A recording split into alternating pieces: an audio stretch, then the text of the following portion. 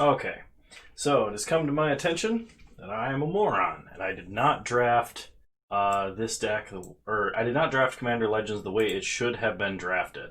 I'm going to take Arami of the Dead Tide, and, ooh. Commanders you control have Menace and Death Touch. Interesting. I think I'm going to take Murder and Arami here. So, a couple of things while this is ticking down so that I can make picks in rapid succession. Number one, you are playing to win, but the person who gets voted for the most, the winner gets one vote automatically, and then whoever gets the most votes for, like, who is your favorite opponent is considered to win the match. You also play 3 rounds, 3 4-player pods, which I did not do last time. And I had no idea what the archetypes were, so I did some reading on this format. And if I go into blue-black, it is self-mill and encore type situation going on, like the one opponent that we drafted the first time against.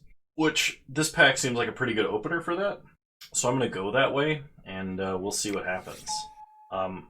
Depending on how long this video is, I might release it in 2 parts. If my pods are like excessively long matches, but we'll see. We'll see what happens. There's not much I can do as far as the layout goes, though. I can't really control how the layout of the screen is. We got Liesa, Shroud of Dusk. Rather than pay 2 for each previous time you commence from the command zone, you may pay 2. That many times. Flying, lifelink, and whenever a player casts a spell, they lose 2 life. Okay, I really like that. I don't know if I want to go into blue-black or into black-white. There's a Murder and a Noxious Dragon. I think regardless of which one we take, we should take Noxious Dragon. Noxious Dragon is both a threat and a kill spell. I would take Murder, because Murder is an excellent kill spell. It's not as good in multiplayer, but I think these 2 cards are the cards we pick here. So we could be blue-black, we could be black-white. We'll see. Okay. There's Kangi the Sky Warden, which is the blue-white flyers, like, archetypical commander. I think what we do is we take Radiant Sarah Archangel here. If we go black-white, the archetype is tokens, which there is a Captain's Call in this pack. There's also an Exquisite Huntmaster, which has Encore, which you can exile it from the grave to make a token copy that attacks everyone. And that seems kind of sweet. There's also a Nadyr's Nightblade, which is whenever a token you control leaves the battlefield, each opponent loses 1 life, you gain 1 life. So I think the play here is to take Radiant and Nadyr's Nightblade. We could also take, like, Eyeblight Massacre as a consideration, because any board sweeper of any size is going to probably be good in this format. I think I would rather try black-white than blue-black. I'm still learning this format, as it should be obvious by my opener to this video. I'm going to take Fleshbag Marauder and Vow of Duty. This is a removal spell as well as a pump spell. So we can put it on whatever creature, and we can encourage a player to attack a different player. So we'll take Vow of Duty and Fleshbag Marauder. Fleshbag Marauder is good with tokens as well, so it kind of fits into the black-white token archetype right now. I do apologize about the first video being so terrible. I had no idea what I was doing. I was like, oh, this is out, and I was going to record Vintage Cube, and I don't have a lot of time, so I was kind of rushing myself. There are so many rules changes with trying to draft this, especially on Moto. It's very different from any other league that I've done. I'm really going to try and do it justice this time. So, Patron of the Valiant. When it enters the battlefield, put a 1/1 counter on each creature you control with a 1/1 counter on it. There's an Angelic Gift, which will draw a card. Mill 3 cards, return a creature card from your graveyard to your hand, another Fleshbag Marauder. I think I'm going to take Patron of the Valiant, and I think Fleshbag Marauder. I think multiple Edict effects is going to be good. Ninth Bridge Patrol actually might be better than Patron here, because this is a creature that will get larger whenever a creature of ours leaves the battlefield. So let's do that. Slaughter the Strong. Each player chooses any number of creatures with the control of power 4 or less, then sacrifices all other creatures they control. This is a powerful Wrath effect. I think this was originally a rare in Ixalan or Rivals of Ixalan. I don't think it was an uncommon. But we'll take these two. Okay. Another Ancestral Blade. We could take a Charcoal Diamond because we have a few creatures that are expensive. I wouldn't mind a Phyrexian Rager because it can draw cards early. I think we take the Exquisite Huntmaster though, because it's a little bit higher power level. We currently have nothing in the 4-drop slot. We're kind of heavy in the 3. Not that Phyrexian Rager is bad. I think the card's excellent, but...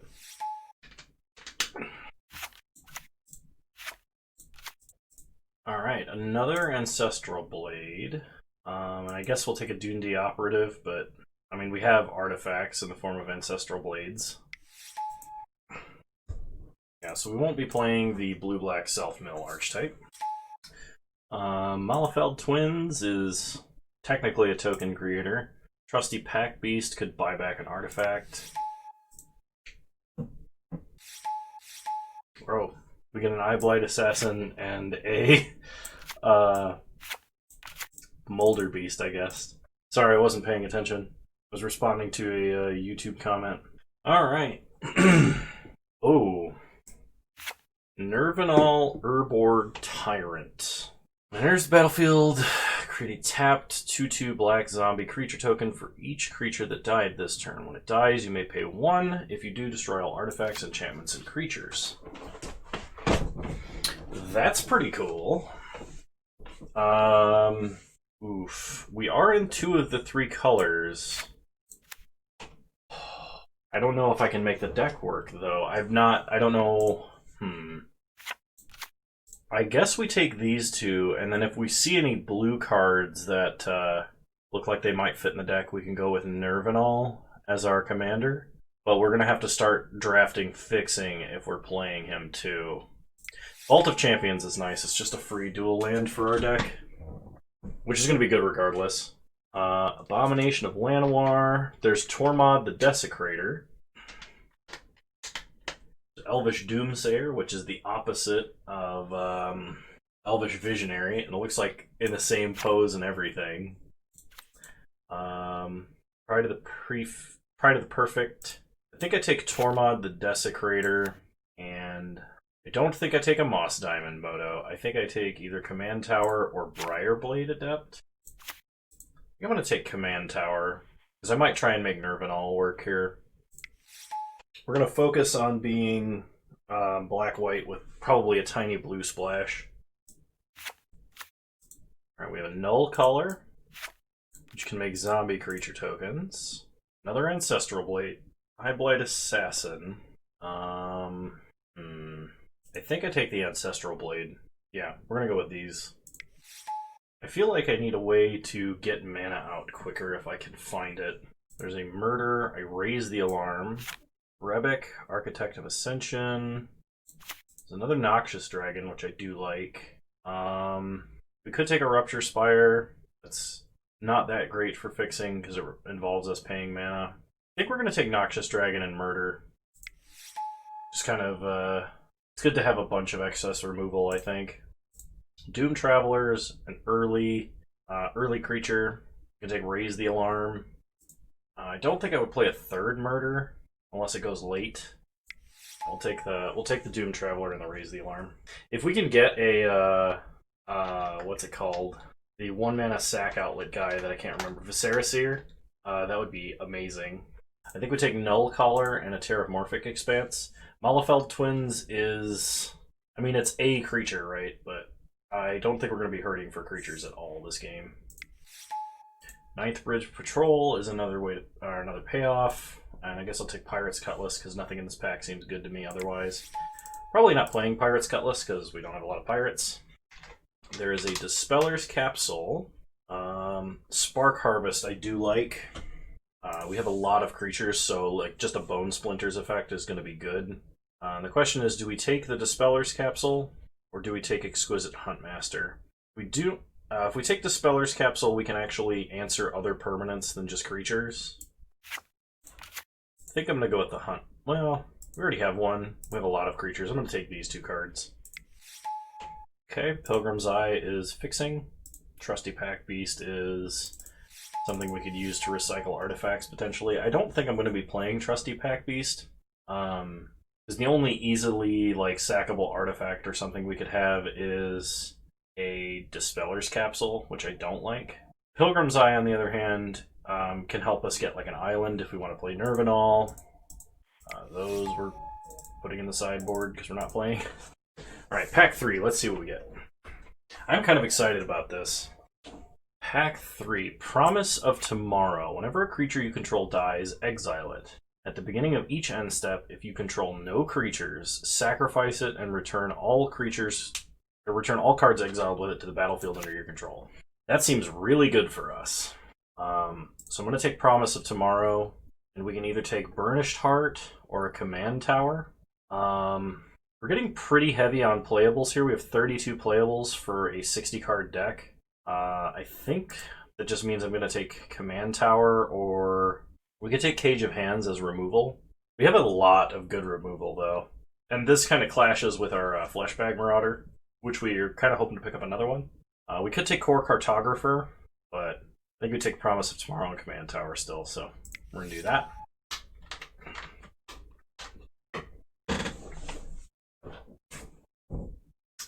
Okay, we can take Combage of Witches, as it's a decent hinger.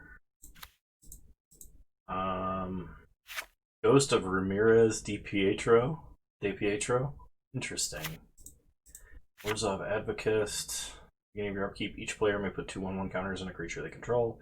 If a player does, creatures that player control can't attack you or a planeswalker you control until your next turn. Kind of like that, even though it's going to slow down the game a lot. I also kind of like Spectral Searchlight. We'll take the Advocist. Okay, so there's a Seraph of Dawn, Null Color, Patron of the Valiant, an Ancestral Blade.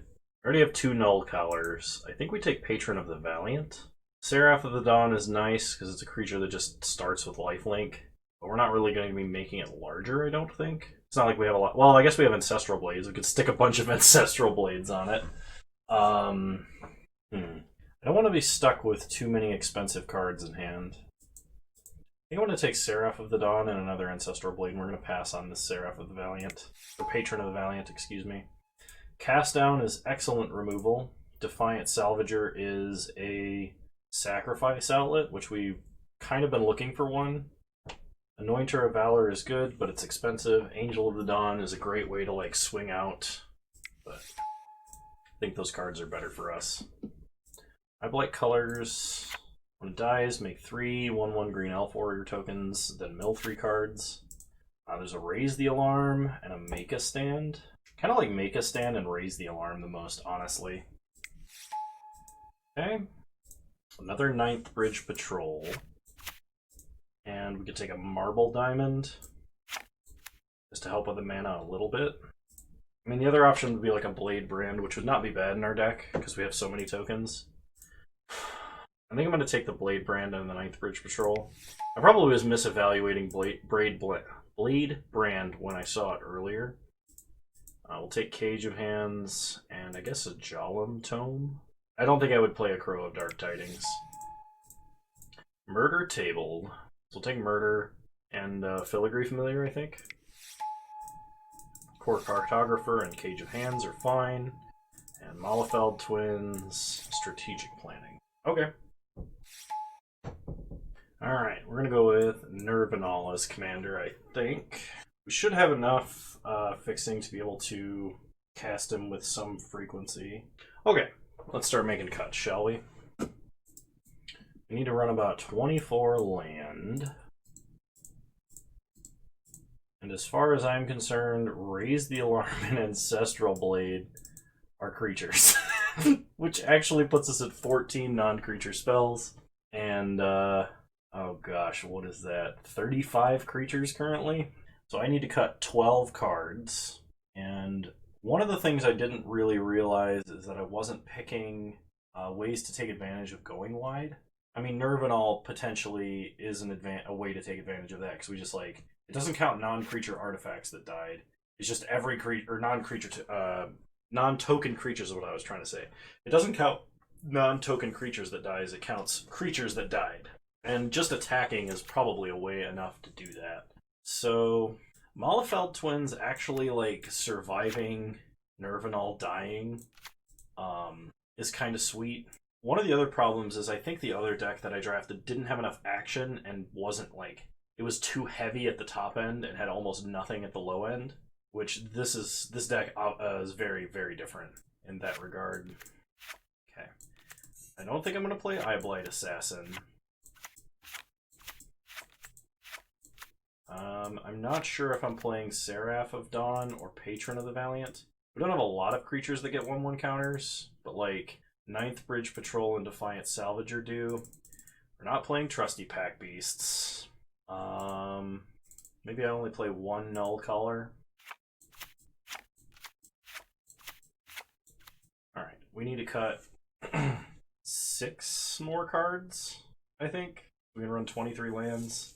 I think that means we cut 1 Malefeld Twins. What is our worst non-creature spells here? Speller's Capsule, I think I like having the singleton of to destroy some kind of problematic enchantment. Cast Down, Bladebrand are great. Murder's fantastic. Don't clip that. We're gonna cut Cage of Hands, just one of. And maybe I don't need Jalam Tome, but like something tells me that like being able to cycle, I guess it's not as important. It's not like it's card advantage, it's just card selection, really. Then it's possible that we don't need Radiant, because she's so expensive. Even though she's good, 12 non-creatures, 27 creatures. I need to cut 2 more. Do we have any way to make cards leave the graveyard for Tormod? I like Tormod, but I don't think we have any way to exile stuff. We have a few Encore cards, actually. We have Exquisite Huntmaster. Actually, that might be it. I think we have 1 card that synergizes with... Yeah. I mean, I guess I could play the Pack Beasts and pick up Dispeller's Capsule, but that means we're cutting Tormod. Okay. And then I need to cut 1 more card. I have a feeling that Orzhov Advocist is going to actually get me killed, but... I mean, we can use his ability with no downside.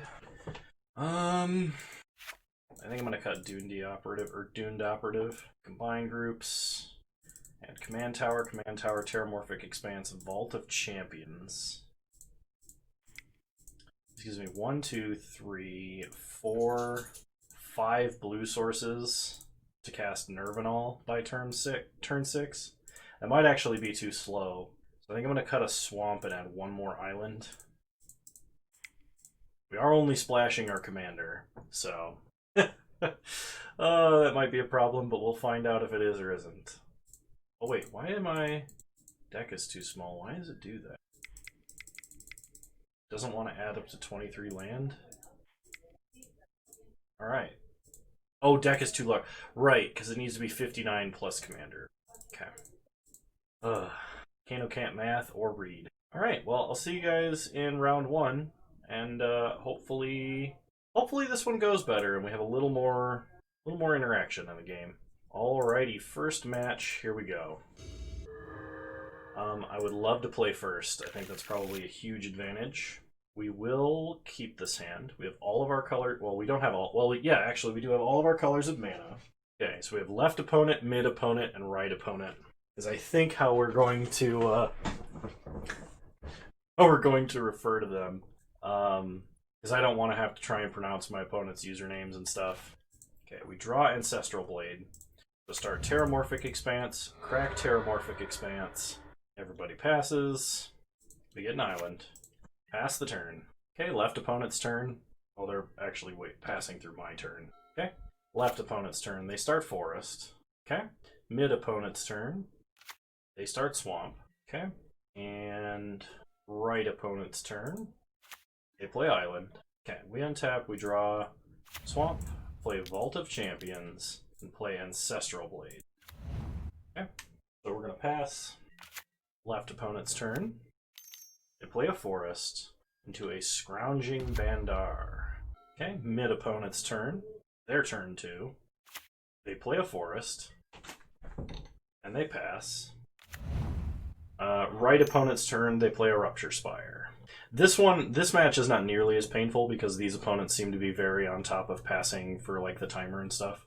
Not a whole lot of thinking going on, which I'm fine with. We'll play a Swamp and play a Ancestral Blade. Make a Soldier. Equip up to our other soldier, make him a 3/3. Go to combat, and we're going to attack left opponent because they're the only other person who's done anything. We'll try and be nice and not attack the people who have not done anything yet. Okay. Left opponent untaps. They have to target with Scrounging Bandar. And they play a Mountain.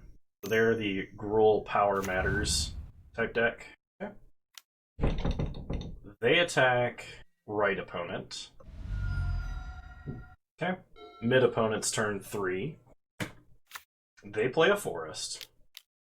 They play Gillanra Caller of Wirewood, which is a 3-mana 1/2 mana dork. And I believe it's not their commander. Their commander is Kodama and Keskit. Okay, this opponent plays Rummaging Goblin and passes. We draw Cast Down. Okay, play a Swamp, go to combat, and to keep things fair, we're going to attack mid-opponent, since now they've played something. We're going to leave up Raise the Alarm and Cast Down. If I had played a Plains, I wouldn't be able to tap wrong, but since I played a Swamp, I actually am able to tap incorrectly. Okay, opponent untaps. Left opponent untaps for their turn 4. Oh, we'll just always yield to that. There's no reason to not yield to that. They play a Mountain, and they cast Hans Eriksson. Opponent goes to combat. They attack mid-opponent. Okay, no blocks by mid-opponent. Mid-opponent goes to 35. Mid-opponent's turn. What does Hans do again? Reveal the top card of your library. If it's a creature card, put it on the battlefield, taps and attacking, depending player. Otherwise, put it in your hand. When you put a creature card onto the battlefield, it fights Hans. Okay. Opponent plays a Silverback Shaman.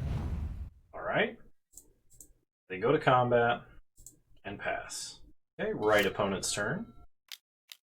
They play Tago Goblin Weaponsmith.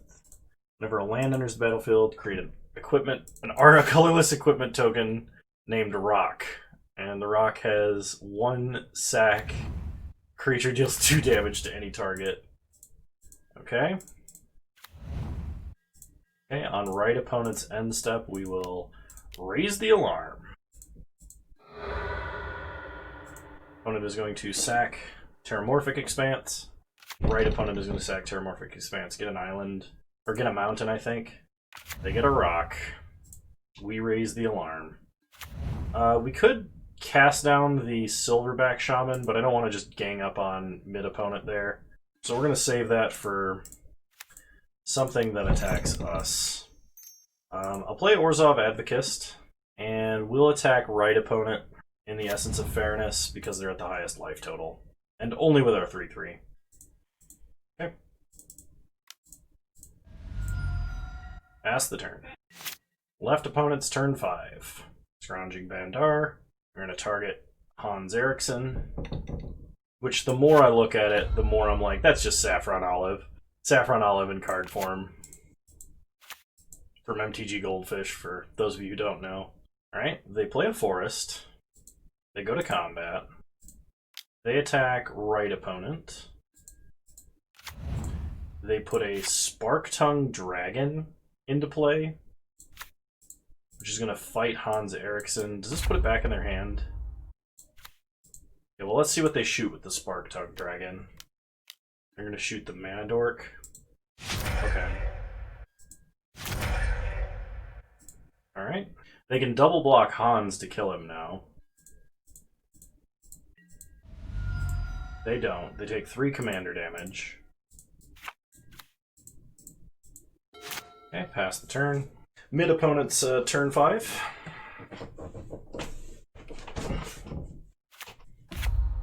Worth noting, Hans Eriksson costs 4 mana, so we can't Noxious Dragon. Okay, they don't attack anybody with their Silverback Shaman. If they attacked us, I would have cast down it, but on mid opponent's end step, right opponent rummages, discarding a Fire Diamond. Okay, right opponent going to combat. No attacks. They play a land, get a rock. From Tago, Goblin Weaponsmith. Alright, no cast down targets from us. Orzhov Advocist. Everybody can put 2 counters on something if they want to, but if they do, they can't attack us for a turn. We get to put 2 counters on our soldier. They put 2 counters on their goblin. They put 2 counters on their silverback. Alright, and they put 2 counters on their rummaging goblin. So I think now is the time. Oof, I don't like Hans attacking. That's kind of annoying. So we're going to go to combat. We're going to attack left opponent with our big soldier. Because it is now an inopportune time, they can't attack us for a turn because of Orzhov Advocist. They're also at the highest life total. They do have 6 cards in hand, and I've got a feeling that they might be able to cheat something pretty nasty into play. So I think I'm gonna Cage of Hands Hans. And we'll leave up mana to cast down or pick up Cage of Hands. Is there a way to like pop out chat to a different window? Okay, there we go. Cool. They rummage. Okay. Left opponent untaps. They play a mountain. Okay. They're passing. Second main, they're thinking about playing something. Okay. But they don't. Middle opponent's 6th turn. They play a land. 6 mana, they play Kodama, the East Tree. Okay, right opponent, Forceful Denials. Mid opponent's commander. They cascade into a Strategic Planning. Okay. Mid opponent says, I feel like I'm really playing this game. Sorry, mid opponent. That's why I haven't been attacking you, man. I want you to actually have some play here. Okay. So, goes to the command zone. Now it's mid opponent's turn. I assume they attack the person that just countered their commander. Okay, they don't attack. That's fair. Right opponent rummages on mid opponent's end step. They pitch an island to draw a card. Okay. Right opponent's turn. They don't attack. They play a land and get a rock. Whenever you cast a spell with Cascade, return it from your graveyard to your hand. Okay. They cascade into something. Prophetic Prism, which draws them a card. Okay.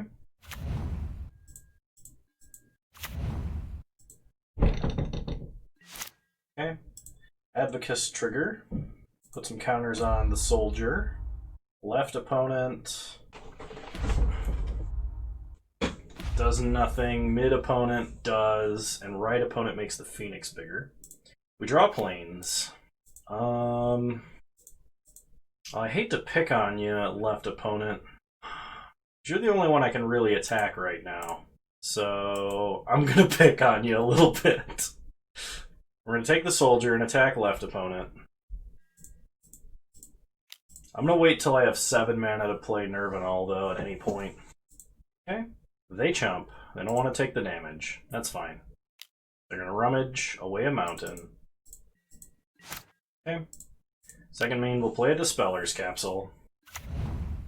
And pass the turn. Alright, left opponent's turn. They cast a Blasphemous Act. So we will respond by picking up Cage of Hands. They're going to start by rummaging. So we pick up Cage of Hands. But we lose our severely advantageous board presence, which sucks. Okay. Mid opponent gets to draw a card from the On Death trigger. Left opponent puts their commander in the command zone. 4 mana, left opponent plays Halana. So now their creatures can fight when they enter. Okay. Mid opponent's turn 7. They play a swamp. They play a Dreamstone Hedron. They have 5 cards in hand. That'll let them cast their commander next turn. Probably. Oh, they can play Keskit this turn, I think. Unless commander tax is cumulative. No, it's per commander, it looks like. Okay. Alright, you can have a Keskit. Okay. Right opponent's turn. They untap. And looks like they pass. I think right opponent is going to have another Forceful Denial here. Okay, second main. We will play out our... Actually, we're going to play out Exquisite Huntmaster. And pass the turn. I just didn't want to run Noxious Dragon into a counterspell when we could leave up Cast Down.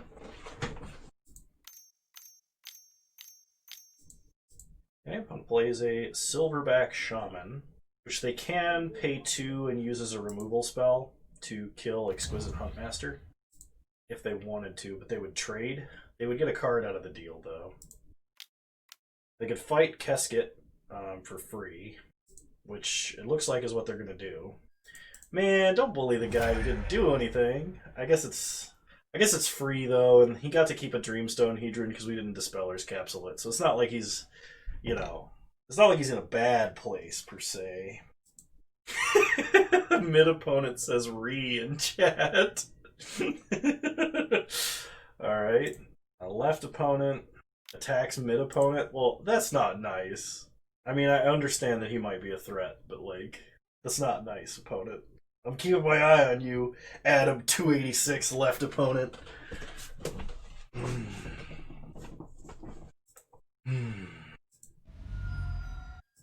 Alright, mid-opponent's turn. I think they're going to play Kodama of the East Tree again. They do. Okay. Well, that is a creature I do not have an answer to. They play a Terramorphic Expanse.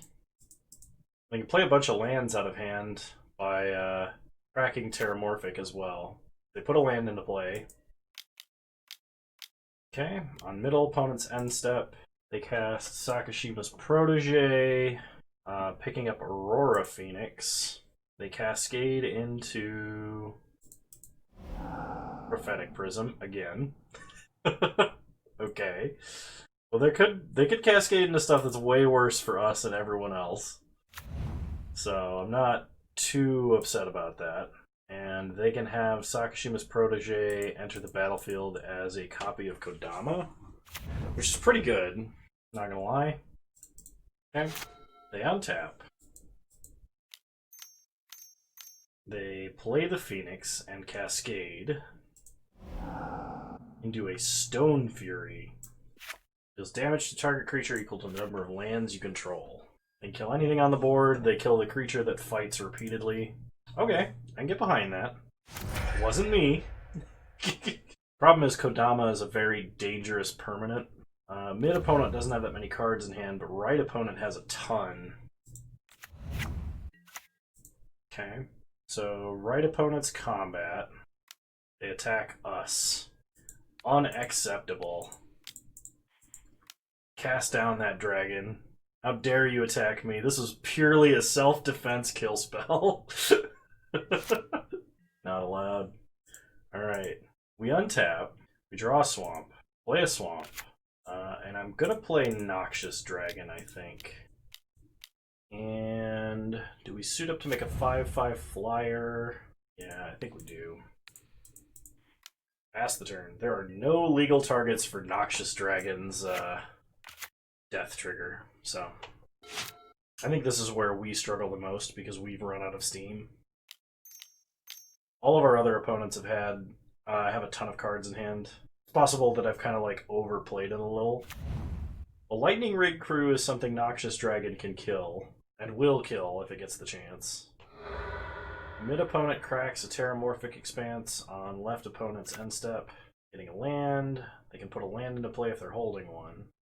Ghastly Demise. Hitting the Phoenix. Okay, nobody wants to fight me. Everybody is being nice to me. I don't know if it's because I was like just fair in how I was attacking, or if they pissed each other off more, or what the deal is.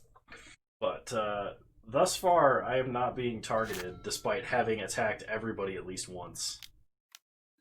Alright, mid-opponent plays Fleshbag Marauder.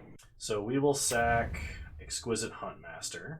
They get a Kodama of the East Tree ability, which they will put after the sacrifice. This mainly means that right opponent loses their version of Kodama, which is nice because I didn't want to deal with that. Didn't really have a way to deal with that either. Left opponent has a response. Welding sparks on Fleshbag Marauders, so they answer their own Kodama, because they stacked the triggers differently. I like it. I like it. Right opponent says thank you. So like everybody loses in this exchange. Mid opponent is very upset. I'm not gonna repeat what they said. I think they're just upset because they're gonna have to recast Kodama for like the third time. A Fleshbag Marauder triggers.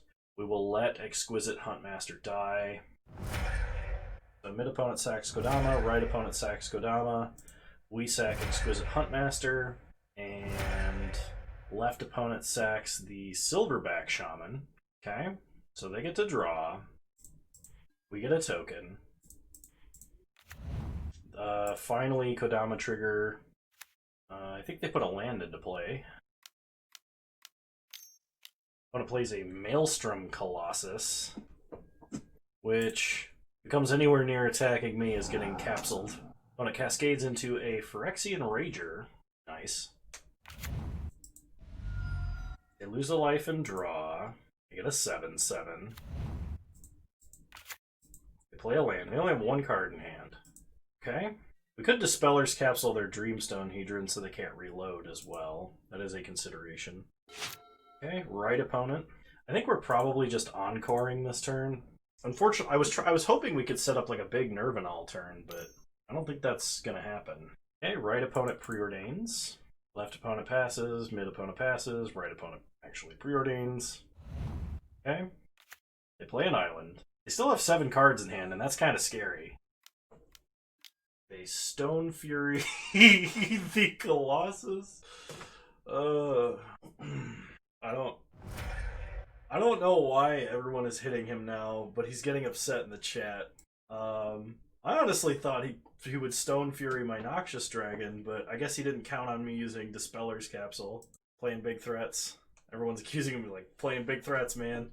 Yeah, we untap, we draw an island. Play an island. I think we're going to go ahead and... We're only 2 mana away. Yeah, we'll go ahead and do this because it's fair. I guess we're 3 mana away from playing this and then playing Nevinyrral. So we're gonna fairly attack everybody. Middle opponent's like, that 5/5 flyer is way scarier than a vanilla 7/7. And just to show that we are impartial, we're only going to attack with the encored creatures. We are not going to attack with anything else. So this one has to attack left opponent, this one attacks mid opponent, and this one attacks right opponent. We're being impartial. Everyone is getting attacked equally. To the best of my ability. Left opponent blocks. Oh, I guess we could have attacked left opponent with a 1/1. That way they take some damage too. But I did not. Other 2 opponents take their beats. Okay. Now we pass. We'll leave up Dispeller's Capsule. We lose all our Huntmasters and get a bunch of 1/1s. I'm still at 40. Okay. Left opponent's turn. They recast Hans Eriksson. Yeah, that's fine. And they play Scrounging Bandar. Okay. I mean, I technically probably should kill Dreamstone Hedron here from a pure trying to win the game standpoint, but mid opponent is kind of pissed. I would imagine at both of the other opponents and not necessarily at me. So I don't really have a reason to piss them off, especially when all they're going to be doing is casting draw spells for a bit. The other thing is we have to be very careful about how we use our cards here because we're running out of cards and we don't currently have a way to recoup card advantage. I'm thinking about swinging a whole bunch of 1/1s at left opponent, or whoever ends up with the most creatures. So that way we can cast our commander. Yeah, with as long as these matches are, I might just put them at like one per video, or I might stick the draft and the first match in a video, and then the other two matches in a video. Because these take forever to play out. Like, even when your opponents are all, playing the game quickly. Okay. They play a Noxious Dragon, which I am fine with. They attack the opponent with no creatures. Right opponent. Okay. Pass to right opponent's turn. Right opponent plays a Daring Saboteur. Honestly, right opponent is probably the biggest threat by the virtue of the fact that they have 6 cards in hand they're not playing. Surprised they didn't at least equip a rock. We untap and draw Murder.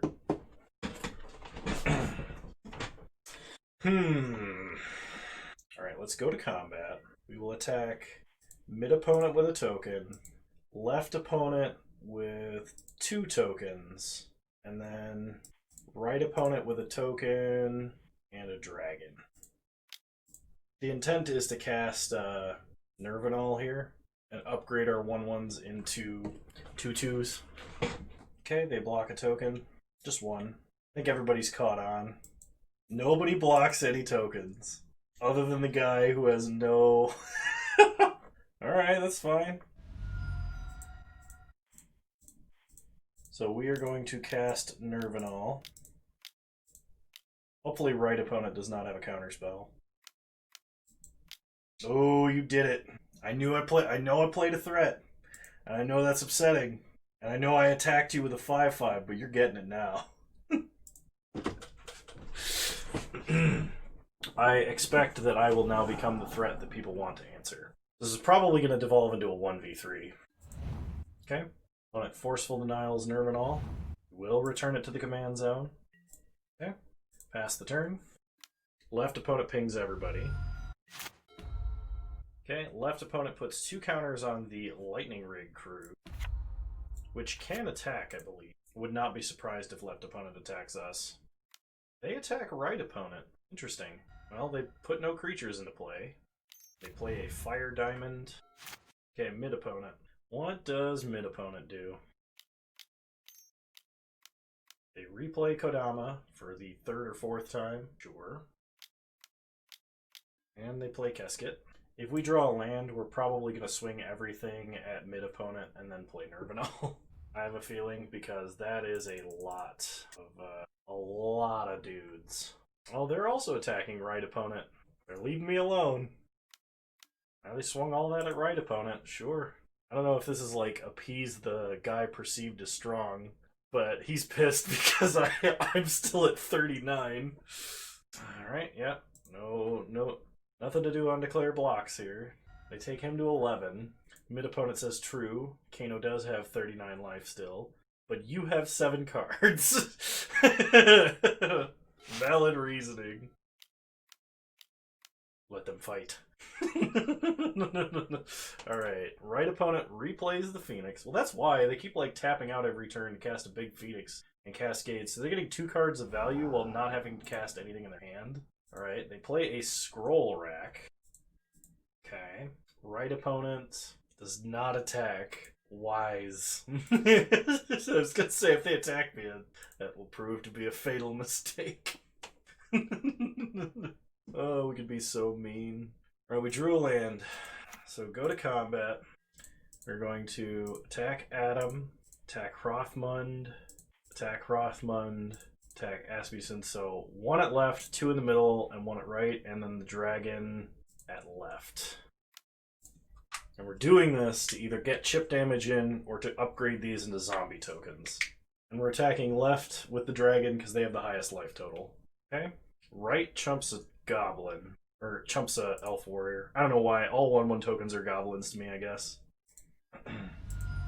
Okay. On our second main, we're going to cast Nevinyrral. Hexproof from artifact, creatures, and enchantments. And we get a tapped zombie token. And we have 1 mana to blow up the world. Which, if we get attacked with a creature that can kill Nevinyrral, I will probably do. Okay, left opponent pings everybody. Left opponent also welding sparks the... They welding sparks the Phoenix. Right opponent is like, what?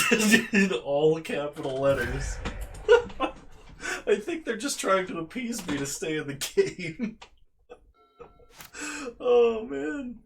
Like, their other targets that they could hit with 4 toughness or less weren't that great. Oh, they want him out of the game now. They didn't put anything in with Hans. They're just trying to chip him low enough that somebody else will finish him off. I have remained as apolitical as I possibly can.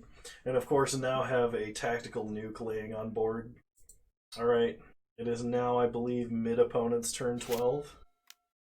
So it looks like they're cashing in Dreamstone Hedron because we have a Dispeller's Capsule and Nevinyrral sitting on board. So they want to draw as much as they can, as quickly as they can. They play an Armillary Sphere. Sure. The problem is, if we blow up the world with Nevinyrral, we have no cards in hand and are very likely to die. Or Nevinyrral. Nevinyrral? I always called him Nevinyrral, but that's not right. Nevinyrral. Nevinyrral? I'm going to say Nevinyrral. I'm going to try and do that from now on. Nevinyrral. It's a made-up hard name. Cut me some slack. Six Sigma, I know it's you. Alright. They play a land. If we ever get to where we're all hellbent, I'm just going to blow up the world and see who can top deck better. I think. Alright. Yeah, I can't imagine whatever right opponent has in hand. Zot's Will. Each opponent sacks the creature they control with greatest power. Exile all cards from all opponents' graveyards, then make X01 thralls, where X is the greatest power among creatures this way. Right opponent says GG. Left opponent pings. So we have to sack our Noxious Dragon. Right opponent is probably just going to take lethal damage here. Mid opponent doesn't have to sack anything because they cast this spell, which is a very good spell. Psychedelic, thank you for following the Twitch channel. I just got the notification that you did while I'm recording here. Much appreciated. You're a wonderful human being. And opponent can put up to 5 lands into play. We're going to target down Casket, because that's a problem. So opponent is going to use their 1 activation of Casket to look at the top 3 cards of their library, put 2 of them into their hand and 1 into the grave. We can't let them get too many cards on us. Okay. Noxious Dragon's ability fizzles. They sack to scry. I think I'm going to auto-yield to Viserys here, probably. Okay. Noxious Dragon resolves. Kodama. First ability puts a Path of Ancestry into play. Second ability does nothing. Third ability does nothing. Fourth ability does nothing. And fifth ability does nothing. Okay, and they're going to knock out right opponent and hit us for 4. Okay. Well, no blocks, because we can't block. Alright, right opponent was knocked out of the game. Mid opponent plays Prophetic Prism. They get to draw a card. Kodama gets to put something from their hand onto the battlefield. Okay. We untap. We draw Murder.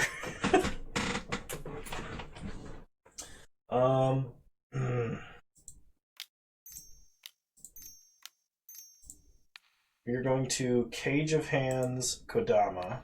I probably should have caged the Noxious Dragon, but then I'm going to go to combat and attack mid opponent with Nevinyrral.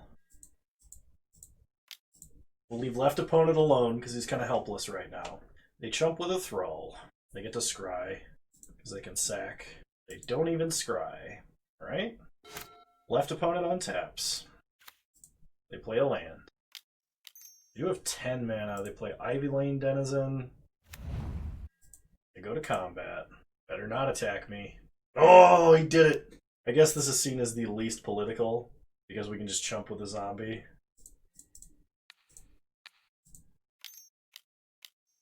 Left opponent plays a Sifter Worm. They get to put a 1/1 counter on Ivy Lane Denizen.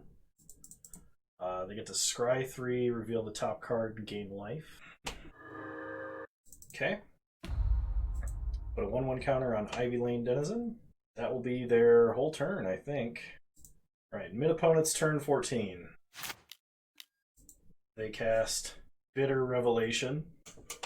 They're getting pretty low in number of cards in library.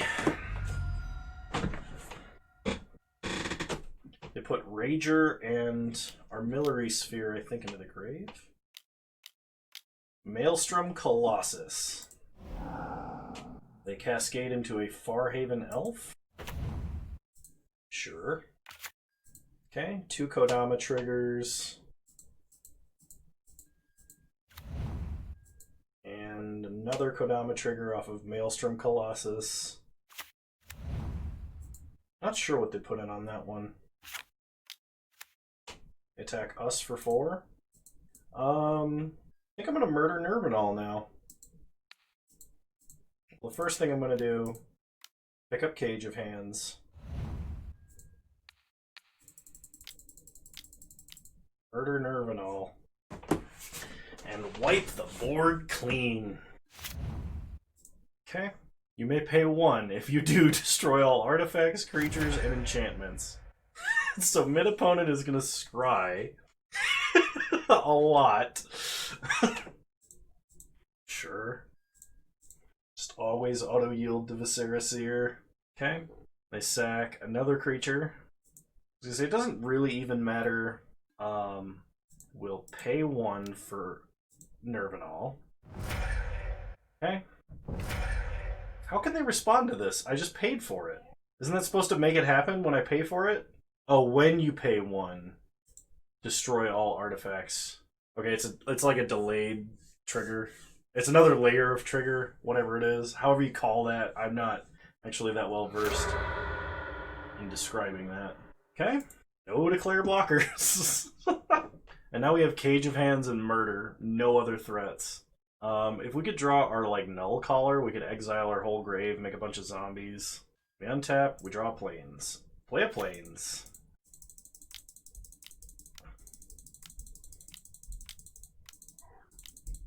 We have just enough mana to play Nevinyrral. Or Nevinyrral.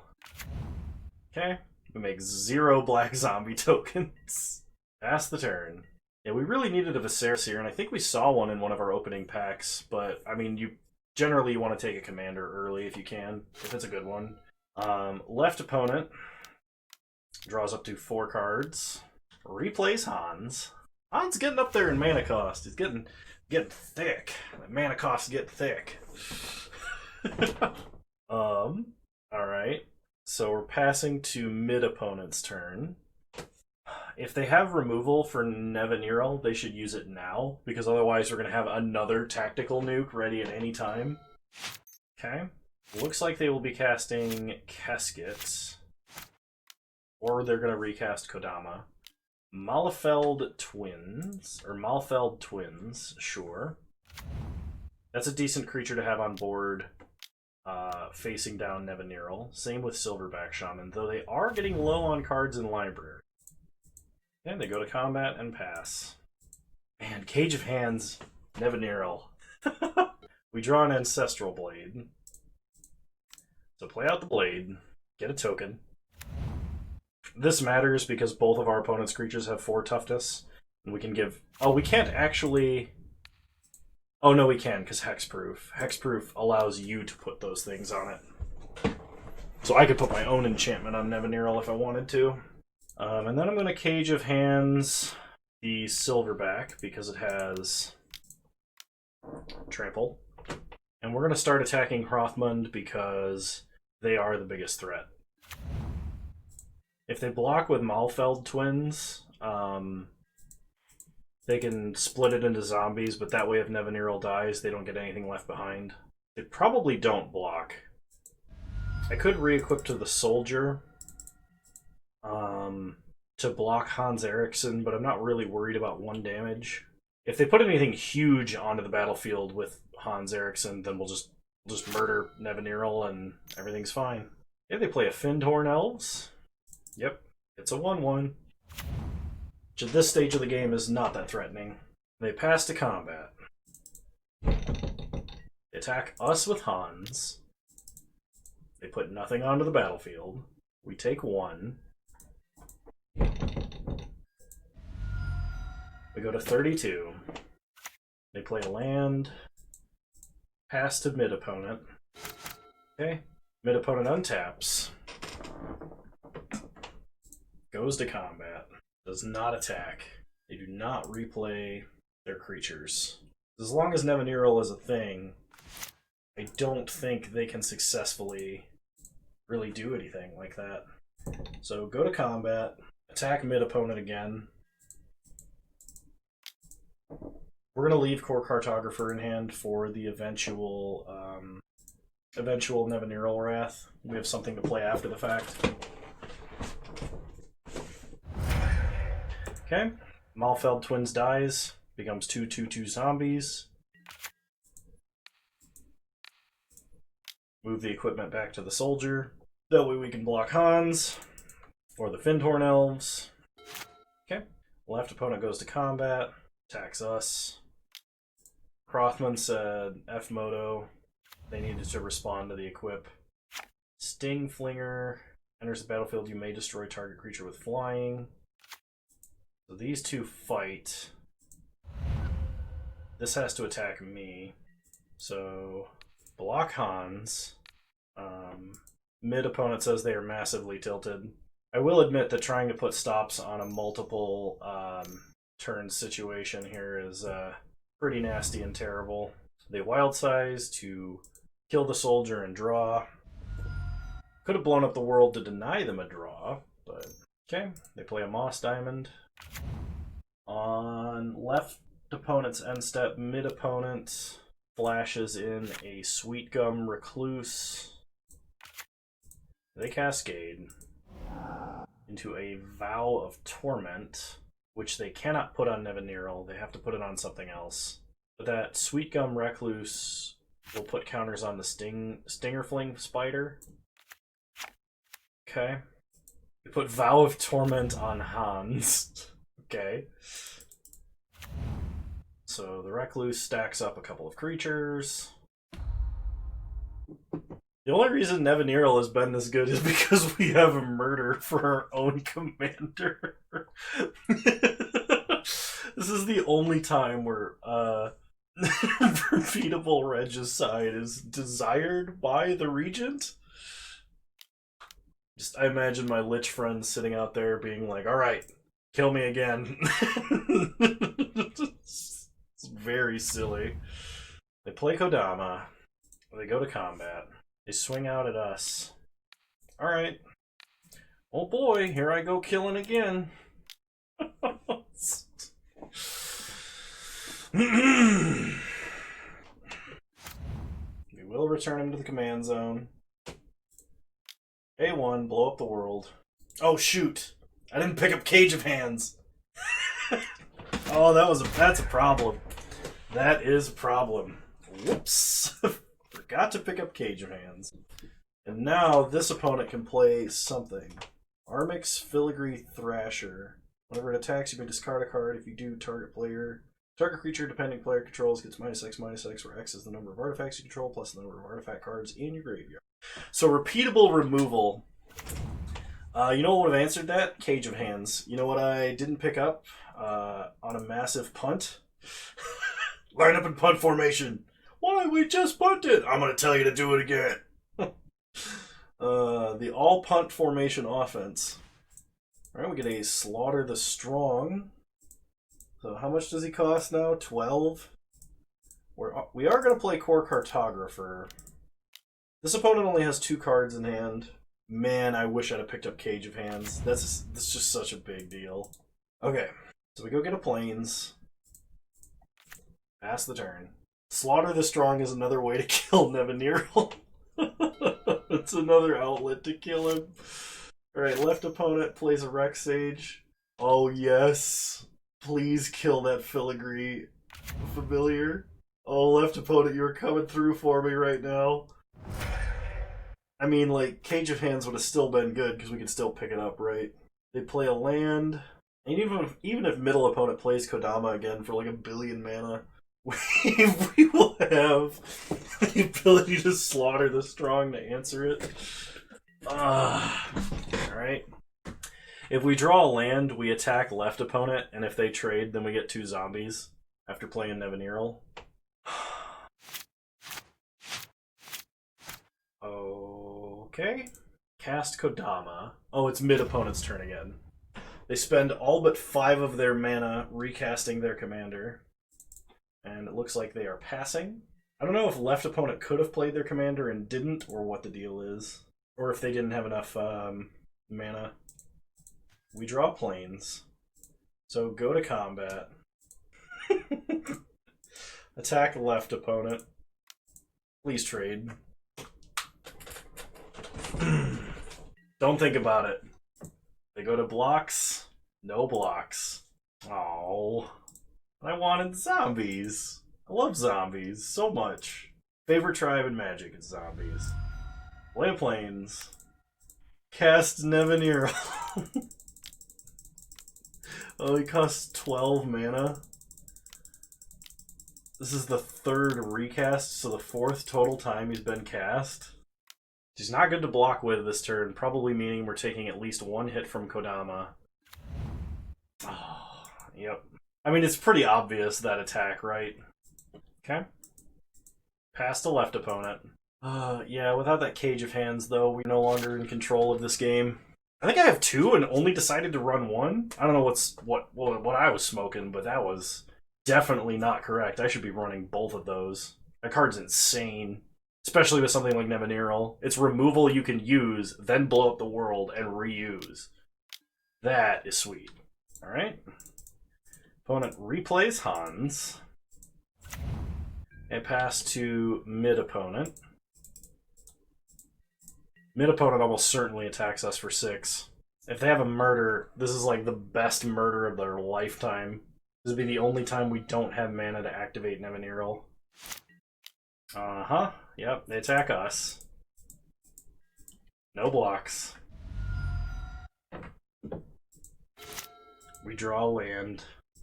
Play a land. And I think we just pass. Oh, you know what? We should be playing Tormod because we have 2 of the guys that exile cards from our graveyard to make zombies. And that would make each of them make 2 zombies, which would be really super mega fantastic. So I didn't build this deck exactly right, but I'm not really upset with what's going on right now. Okay. Pass to left opponent. Left opponent passes to combat. They do not attack mid opponent. They pass to mid opponent's turn. We still have 31 cards in deck. Left opponent has 16, and mid opponent has 6. I'd love to draw anything that makes tokens here. That'd be sweet. So mid opponent is probably going to attack us, and we're just going to chump with Core Cartographer. Yep. Actually, you know what? We don't have to chump. We can just take 6 again. We are still a decently high life total. Okay, they replay Keskit, which is not threatening at all. They can't activate Keskit. It's literally just a 1/3. They put a land from their hand onto the battlefield. Okay. Our turn. We draw a land. Just going to hold on to that. Make them think I've got something else nasty. Okay. Pass to left opponent. So something I'm considering, especially because there's the chance for games to go this long, which is excessively long, I will not be able to fit all of these into one video. But there's the possibility that people may not even want to watch the other 2 rounds of this. They might just want to see, a different deck for the next video, next Commander Legends video. Because, I think 3 3 games that are long with the same commander deck might be a bit fatiguing to watch. Like, I wouldn't want to watch the same commander deck played a whole bunch of times in a row. That doesn't interest me, but I also don't know what other people would find interesting, so let me know what you guys think. Oh man, I put Burning Anger on Hans Eriksson. That is a problem. Now Hans can shoot things for 4. So we pass to mid-opponent's turn. They have 5 cards left in deck. They go to combat. They attack us again. This time we chump with Core Cartographer. Okay. They play a land out of hand. They have 21 lands on the battlefield. Wow. So we untap. We draw Vow of Duty. Sorry. I'm like 12. Problem is if I slaughter the strong, I would have to top deck a land to replay Nevinyrral. But whoever plays the biggest threat first, I could just Vow of Duty and then they can't attack me with it. And odds are my opponent does not have more than 1 Burning Anger. So the trick with this is to choose 0. I guess I should have technically attacked mid-opponent first. Yep, done. So left opponent probably sacks Reclamation Sage, mid-opponent sacks Kodama because they have to. We will return Nevinyrral to the command zone. Blow up the world for the 3rd time. I have been identified as the true threat. Hans punches me in the face. Yep. Blow up the world. Alright, pass the turn. If mid-opponent replays Kodama as their only threat, we just Vow of Duty it. Meaning that if they have to attack, then they're going to have to attack our other opponent. Okay, left opponent, turn 22. Or turn 21, because we went first. Valiant Invoker, that is a big problem. Because we're dead in 4 turns then? Even if we do Vow it? Yeah, I think we're going to lose this game. Unless I could draw what's her name? The Giant Flying Vigilance Angel with Lifelink. Or the Giant Flying Angel with Lifelink, we could give her Vigilance with Vow of Duty. I think that's really my only out, because it'd be my only way to regain life. Mid-opponent recasts Kodama for an absurd amount of mana. Okay, they pass turn. I think we still have to Vow Kodama, because otherwise we're just going to die to it. We draw Command Tower. 1, 2, 3, 4, 5, 6, 7, 8, 9, 10, 11, 12, 13, 14, 15 mana. We can play Nevinyrral, but if we do, Kodama is going to beat us into a pulp. We're just going to Vow Kodama. Valiant Invoker can kill us in 4 turns with 1 attack, which they're going to be able to get. I can't believe we blew up the world 4 times. We used up all of our cards faster than everyone else. Wait, did they just shoot? They shot us. 100% there. Okay, that's what I thought. It looked like my opponent shot something else for a second, and I was like, you didn't shoot me? Alright, left opponent untaps, passes. You can see Moto's like visible slowdown throughout this entire game. They attack us. Yeah, they want to get us under a multiple of 3 because that changes the clock.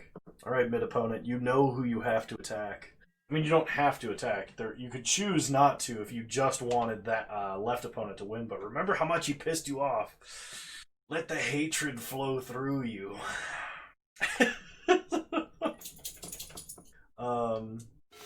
Okay, mid-opponent untaps. They replay Keskit. They have 5 cards in hand, but they only have 3 cards in their deck. Put another Filigree Thrasher into play. They attack left opponent. Yes! I granted you this power! Oh, the Ambush Viper! Oh no! They have Murder. Good follow-up. You had Murder? You could have controlled when I was going to sack Nevinyrral then. I'm not sure there was a better time, but... Alright, left opponent takes 8 and goes to 8. Problem is, even now if we draw the lifelink angel, she's gonna die to the Filigree Thrasher. They shoot us.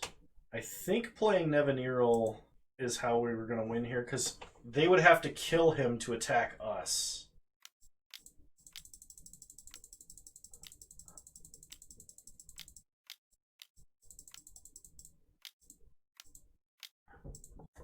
Play Nevinyrral. Left opponent does not have enough to double activate Invoker. So we take 3. Oh, I guess I needed to play Liesa to stay alive, but we're not winning this one anyway, because if mid opponent attacked us, we need Nevinyrral to live. Because otherwise they would just kill Liesa. They shoot us for 3. So we will get 1 attack. Crushing Vines, they destroy. So mid opponent is going to die due to decking. We are going to die due to Valakut Invoker, which we could actually draw a removal spell for. That is possible. Mid opponent could also kill left opponent, possibly. They untap and they play Itch to Kick, Savage Splicer, which makes a golem. And that golem is a 3/3. What does this guy do? Moto's lagging so hard I can't actually bring up the menu to look at it. Whenever an artifact is put into a graveyard from the battlefield, put a 1/1 counter. Alright, mid opponent's turn, they play a land. They can put another land into play if they want to. They play a Wildheart Invoker. I think now it's whoever wants to kill me. And so opponent can activate Wildheart Invoker twice. They can put it on Itch Tekik, or on Kesket, I mean. They could attack left opponent for 18 if they wanted to. But no, I think they want... Oh, okay. It's getting more interesting. Oh, wow. Oh, wow. Oh, my goodness. Oh, they're making a 26/26? with Trample that can't attack us, and it's gonna kill our left opponent, who could kill us with direct damage. I could not have predicted this. Left opponent has 7 toughness. They're going to take 19 damage. They can shoot us down to 2. If we could draw a way to make Nevinyrral die for like the 5th time, or the 6th time, we can save ourselves from the Wildheart Invoker. I don't think Liesa will be enough, because just gaining 5 life is not enough. Oh my god. Get him, Kodama. Oh no. Okay, is this just Wildheart? Is this just Valakut Invoker activation to take us to 2? Ancient Animus. They put a 1/1 counter on the salvage guy, but that doesn't change the toughness. They're still dead because damage is marked. They triple block. Oh my god! Top 10 anime redemption arcs. Oh, but I don't think we have a way to deal with this Wildheart Invoker. Mid opponent is about to deck, but oh man. So we now get a turn. And we are at 5. If left opponent just wanted to give us a good FU, they could have shot us with Valakut Invoker instead of doing Ancient Animus. But I think they misdid the combat math. We draw a Filigree Familiar. So we will play Filigree Familiar. Gain some life. Mid opponent or opponent says, "What a game."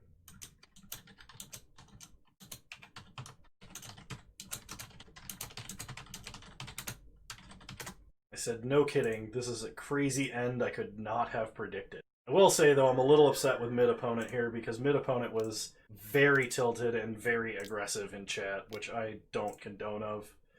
But, alright. Every time you cast a spell, you lose 2 life. You only have 2 cards left in your deck. What are you gonna do? Alright, pass the turn. If they attack with either and or both creatures. We put Nevinyrral on one, Liesa on the other, and Filigree Familiar on probably Wildheart Invoker. We put more toughness in front of Wildheart Invoker. Alright, they untap. They have one card left in deck. They almost have enough mana to activate Wildheart Invoker 3 times. Okay, they go to combat. They attack with both creatures. So now we have to block. I think what we do is we put Nevinyrral there, put Liesa on that. We put Filigree Familiar there. This way we gain 5 life. We go to 12. Opponent could activate this twice. They could activate twice here. We would still go to 12. If they activated twice, that'd be 14 minus 6. Okay, we should survive. And we can wipe the board too. Okay, they're gonna pump the creature on the left, the one that starts with a K that I can't remember the name of. Casket, and then they're gonna pump Casket again. So they're actually gonna lose Wildheart Invoker. We lose both of our other creatures, but that gets us a card draw. Yeah, because if they had pumped the creature that Nevinyrral was blocking, we could just wipe the board, and then they wouldn't be able to attack next turn. We draw Nadir's Nightblade.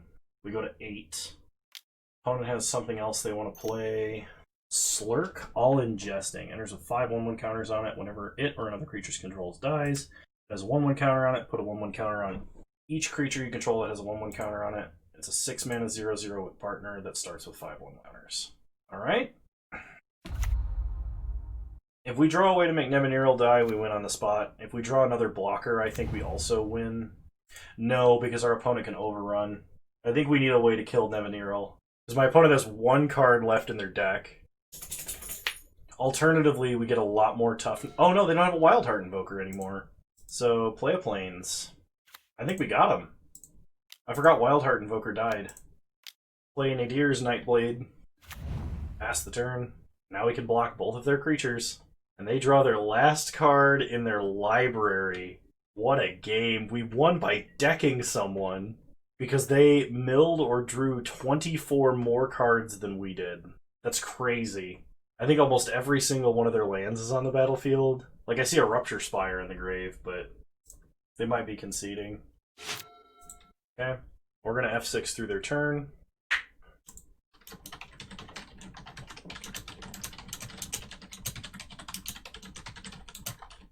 Opponent says they think they threw, but they're not sure if they had lethal, and I was like, I actually don't know how the math worked out either way. They say Nev is just too strong at stabilizing, and that I will agree with. And limited, he's crazy powerful. I can't believe I almost wasn't running him. Is that a Hero's Blade? Legendary creature gets +3/+2. Alright, they attack and concede. We'll also give them the GG, because they said GG. Who is our favorite opponent? I'm not going to vote for opponent across the way because I don't like the fact that they got tilted and then were a lot more polite only when they about won. I actually think I'm going to vote for this person. They were quite nice through the majority of the game. They had good reasons for all of their plays. So, alright. So I have 2 more matches to play with this deck if I want, which I will. But I think I'm going to do them off camera. I don't think people would want to see another game like this one with this deck. Correct me if I'm wrong in the comments below, and I'm sorry if you don't get to see future matches, but like, it is just too much. Hey, we ended up winning. It is too much, I think, work to try and record this all for one video for sure. But I think it would get too monotonous. I think once you see one game with my deck, you understand what kind of games I'm going to be playing. So I think going forward, that's my current plan for all content related to Commander Legends. If you have a very strong objection to that, please leave a comment in the comments below. I probably will respond. But I don't even know how long the recording is because my recording software isn't telling me right now. But it's very long. I think it's a couple of hours total footage with draft and everything. So I hope you guys enjoyed this one. I know I did. It was a lot of fun now that I knew what I was doing. Let me know if you guys want to see more Commander Legends. I probably will do at least one more video. It is a fun format. I just needed to know what I was doing.